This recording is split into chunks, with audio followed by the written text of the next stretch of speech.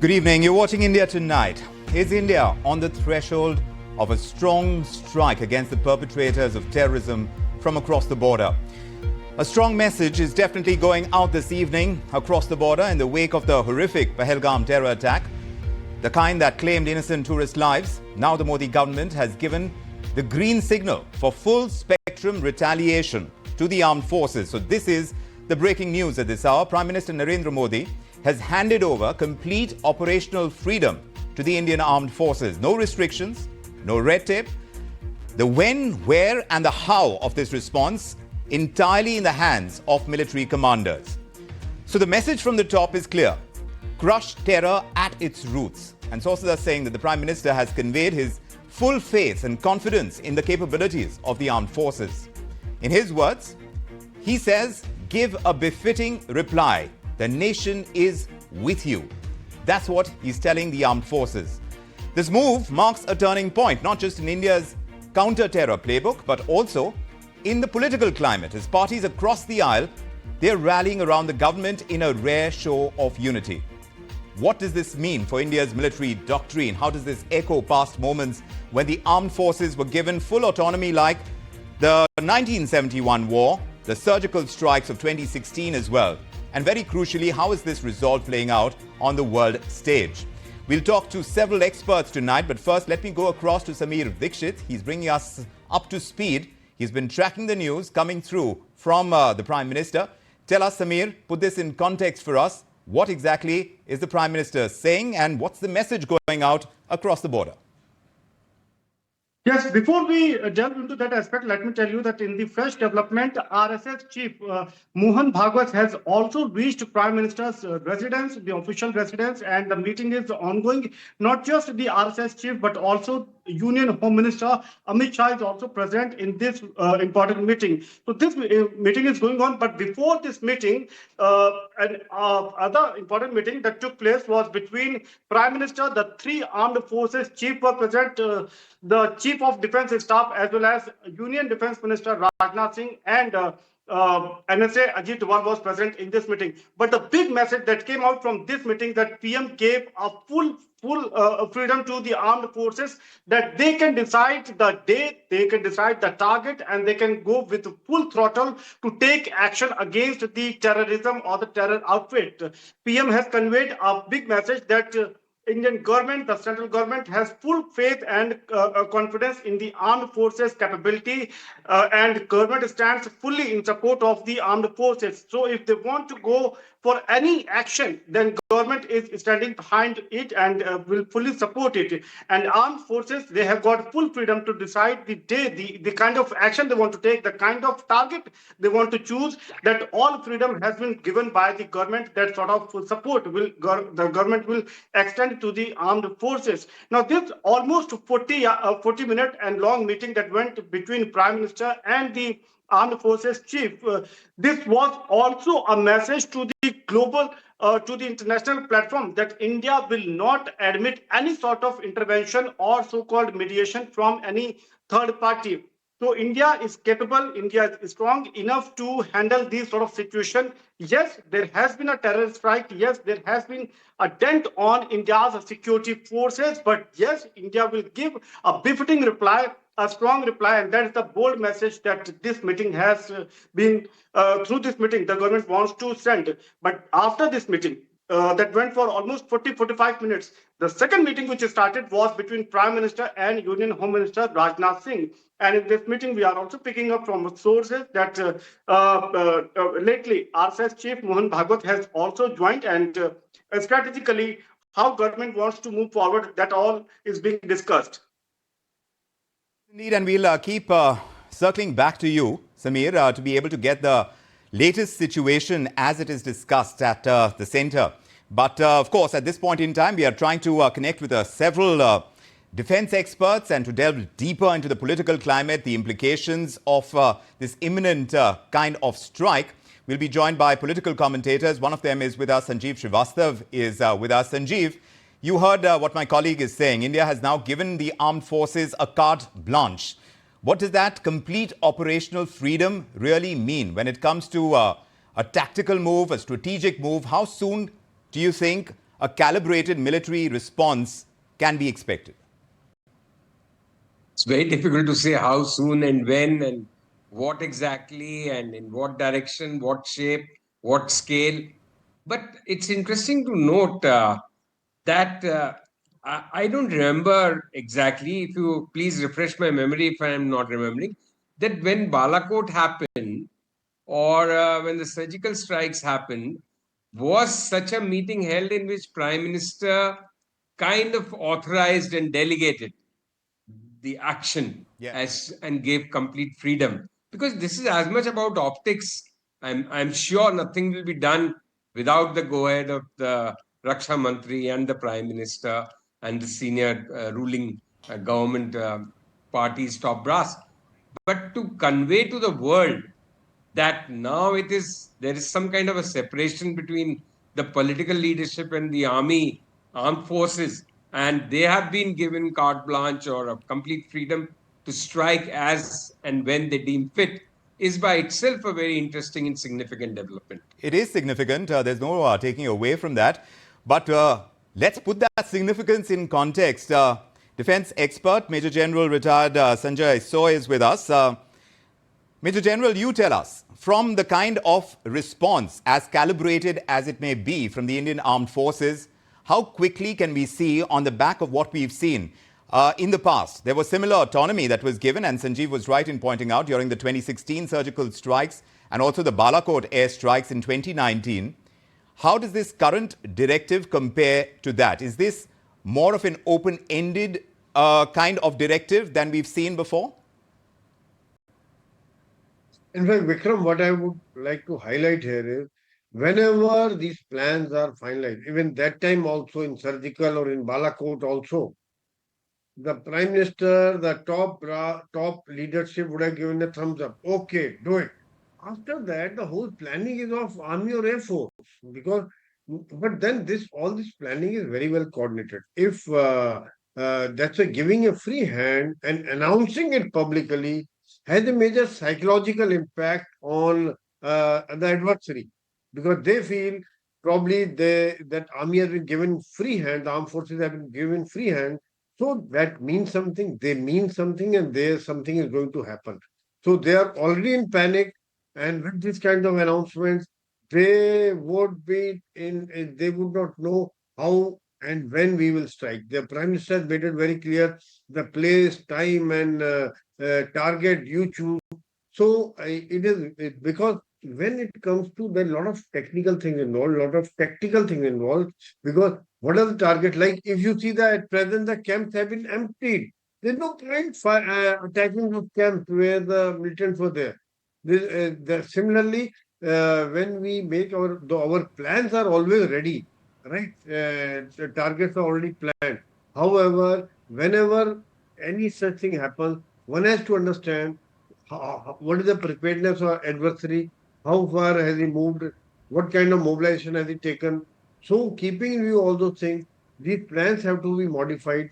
And then there's a coordination between Army, Air Force, Navy, and within Army also, there are a number of elements, whether it is artillery, tanks, air defense, communication, logistics, everything has to be coordinated. It takes some time.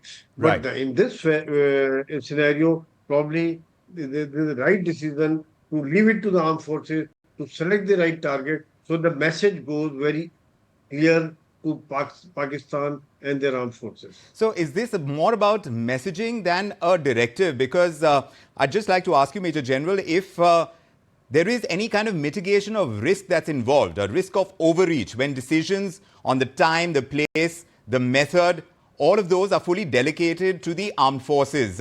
Then how does the military balance retaliation with any kind of escalation control? Right. So ultimately, the bigger direction and the strategy is given by the higher command, by the political leadership. I see. Okay, is it going to be limited offensive? Is it going to be all out? Is it we are going to handle only POK or we are going to attack only launch pads? What kind of, or we are going to restrict it to the border areas only? What kind of response are we going to do? That is a discuss, and it is not that only Prime Minister will decide. They understand what are the resources. So the CDS, Army, all three service chiefs, they come out with their suggestions, and then all these strategies are formed. And once it is final, once the thumbs up is given, okay, this is my direction, this is what we are going to do, then the whole efforts are focused towards that. All resources are channelized to achieve that objective. Vikram. Fair enough. Sanjeev, I wanted to ask you if India, you think, has built enough diplomatic capital. And if that has happened in recent years, according to you, especially through the Quad, the Global South outreach, have they done enough of that to back a decisive military step, the kind that is, at least in message form, going out?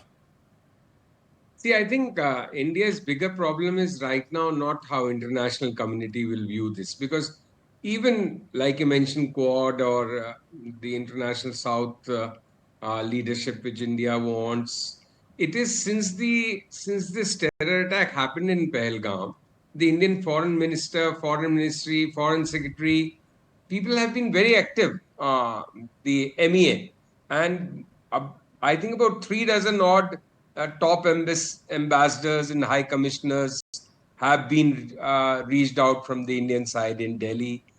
Outside, also, Indian ambassadors have been really working on the ground, trying to reach out to wherever they are posted to leadership there and trying to convince them of that Pakistan was behind this attack and that India has all right to respond in kind. So, and what India does. So, I think the international opinion, more or less, India can be assured of, will favor whatever Delhi does. It is more, I think, what will be the ground situation, what will be the reaction from Islamabad.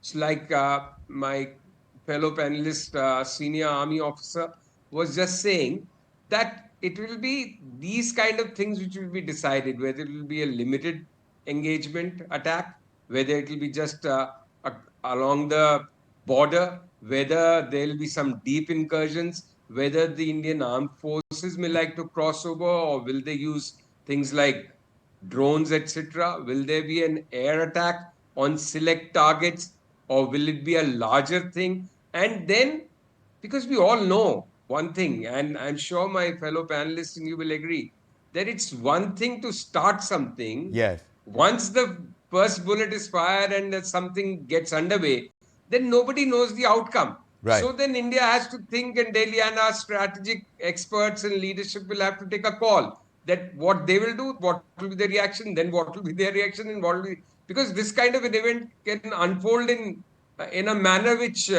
may be difficult for somebody like me to foresee. Right. But people in uniform and the leadership will see. So I think that those steps and points of view must be more in consideration right now. My only limited curiosity would be, because I have no inside track, is that whether today's go ahead to the armed forces is being given after a strategy has been formulated and finalized, that okay, this will be we'll be limited, or it will be some kind of a bigger than just a limited engagement. Has that been already done and now a free hand has been given, or now they expect the civilian leadership expects the army to formulate a strategy on and present to them Right. 3 or 4 options, which I'm quite certain today, with such senior forces chief there, Yes. they must have given their points of view to the Prime Minister and Raksha Mantri. Major General, where do you think this is at? It's a very valid question that Sanjeev is raising. Has this directive been given to the armed forces after a strategy has been formed about whether it's going to be a surgical strike or something larger, also factoring in Islamabad's reaction, military reaction to any kind of strike? Or are we looking at a free hand being given firsthand and then waiting for a strategy which the political establishment is going to okay or maybe water down or form a different kind of strategy with? What's your sense, Major General?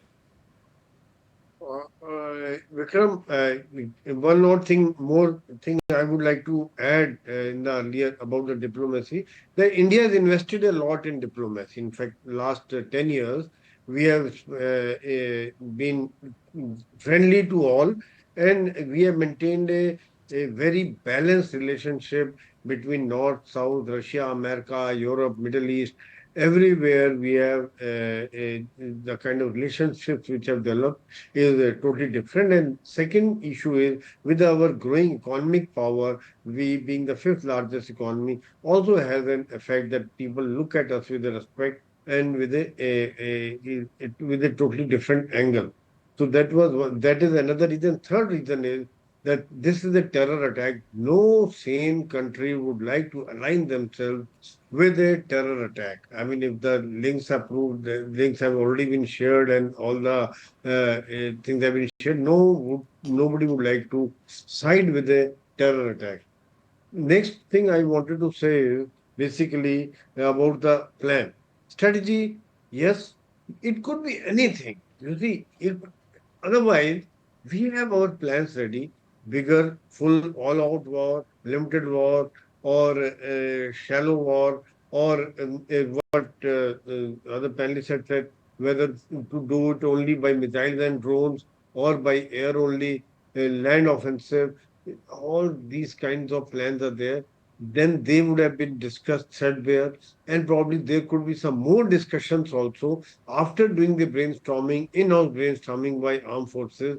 And then again, this could be there because it is a major decision. It has a lot of implications on the life, on the economy, on the image, everything. And then, as other panelists had mentioned, that we can start the war. We do not know whether it will end as per our plan or it will prolong. What we see, Russia has been carrying on for last 3.5 years. Yes, Israel thought that Gaza will finish, but they're still fighting there. yes. So these are not in somebody's hand.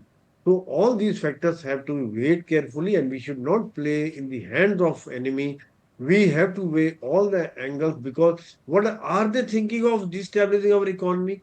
Because we are doing so well. Yes. Are there a lot of tariffs on China? Are they thinking of because of this action, world investors will run away from us?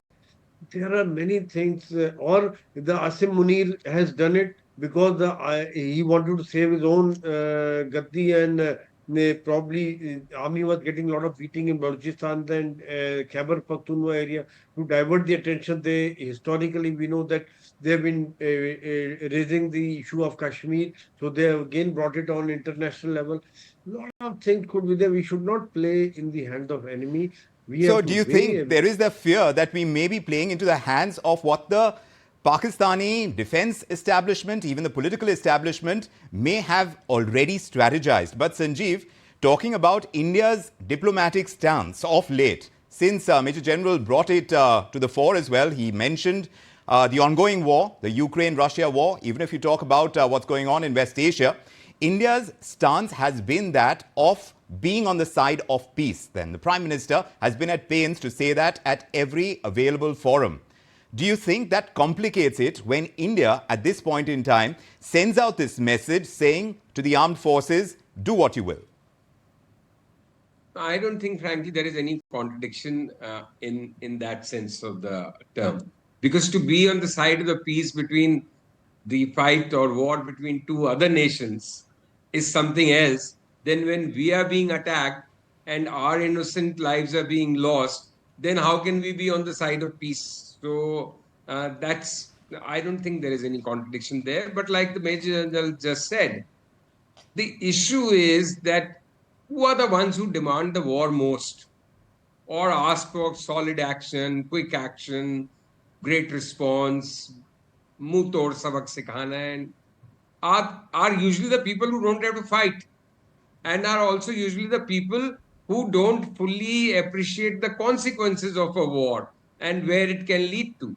So, like Major General Saab was saying, that it can all be, I'm not saying it is, but you cannot rule that possibility out that the terror attack was done just to kind of force a reaction out of India, which will benefit our enemies in the end. So in a short term, you may get a lot of satisfaction that one has taken revenge or avenged the death of our innocents. But what in the medium and long term if India loses out?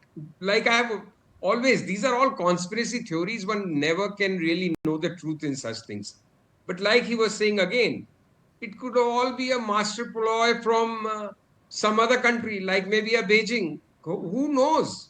That to get India and Pakistan into conflict, and they will benefit, Yes. or India as a rising power, rising economy will lose out. So there are so many imponderables to this. But having said all of this, there we are right now in a situation where something needs to be done, because lack of any action would make us look weak, infirm, indecisive, and that is something which we don't want to do that. And I am sure this leadership Right. is certainly very averse to sending that kind of a message, which So, Manmohan Singh may have done in 2009 after 26/11, yes. because of an entirely different set of circumstances, and precisely for the reasons we are discussing now. That Sure. why maybe sometimes you just have to eat the humble pie, because there are larger things are at stake, not be provoked. But that is not an option with this government. They will have to act, and I think they will be right in acting. But what scale, degree, calibration, the words you used uh, in the beginning in your intro, Yes. I think those are the key things which need to be ironed out, and they will not be, definitely they'll be only known to us after they happen. Indeed, absolutely. And that's the way any kind of military action works. But since we are getting a sense from Major General with all the defense expertise that he's garnered over the years, I do also want to ask you, Major General, when you look at lessons from the recent past, how Israel or even the United States, even Ukraine, how they've recalibrated national security and how they've done narrative management after the terror strikes have happened in their own countries. Are there lessons over there for India at this stage, whether it comes to eating humble pie, like Sanjeev is suggesting, or even to kind I'm of not have this suggesting. kind of I'm saying we don't understanding have that of option. how maybe enemy states, not just Pakistan, but beyond, may have strategized and perhaps are luring us into this? Yeah, in fact, Vikram, I would say yes. Sanjeev has not said that eating humble pie. He just said probably. But yes, we should not be seen as weak. A peace loving country does not mean that you keep attacking us. We have all the right to defend our citizens. We have all the right to defend our borders. We have all the right to defend our honor. And we should be ready to respond accordingly. And we will respond. There's no doubt in it. How much and what kind of response would be there? If you see this, Pakistan is already in shambles. Balochistan, Khyber Pakhtunkhwa, and today we saw the kind of restlessness and unrest is there in Sindh, and other provinces are also there. POK is already boiling. So these are things basically we have to respond. There is no question of not responding. And lessons are there. There basically three, four lessons I would say. Social media management is very, very important. Pakistan tried to hide the and to bring the divide in Hindu Muslim, basically by segregating Hindus and again propagating it, bringing it on social media.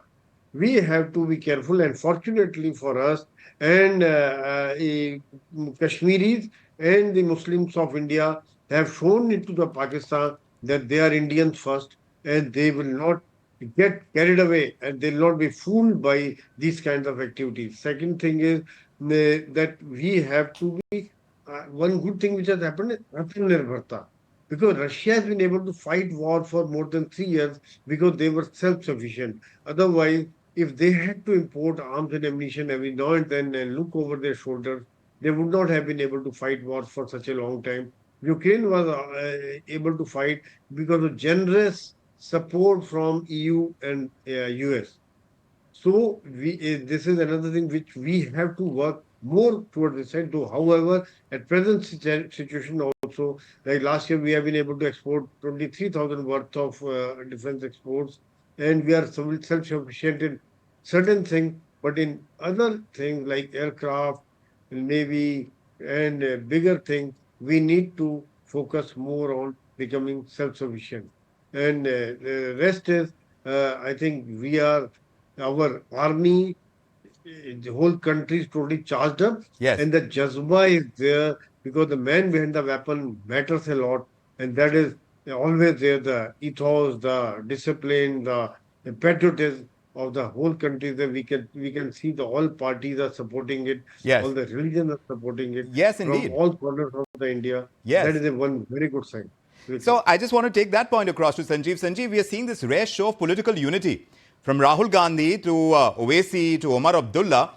That is a significant moment of solidarity that we are seeing over there. Is it real, you think, or is it rhetorical that they don't have an option but to kind of support the government at this stage?